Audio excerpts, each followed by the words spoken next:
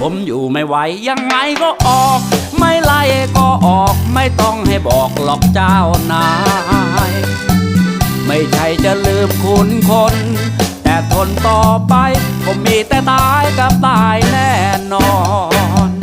ผมอยู่บ้านนาเวลาใช้ควายใช้หน้าพอบ่ายก็ยังต้องให้มันพักร้อ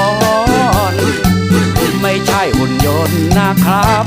อดหลับอดนอนปวดหัวตัวร้อนไม่เคยใส่ใจเอาเหนื่อยไหมเมื่อยไหมเจ้านายที่รักเงินเป็นกระตักน้ำเงินเหนื่อยไหมเจ้านายลงทุนงอกเงยกำไรผมเหนื่อยแทบตายงอกมาแต่เขาผมอยู่ไม่ไหวยังไงก็ออกไอ้ใบลาออกไม่ต้องให้กรอกหลอกเรื่องยา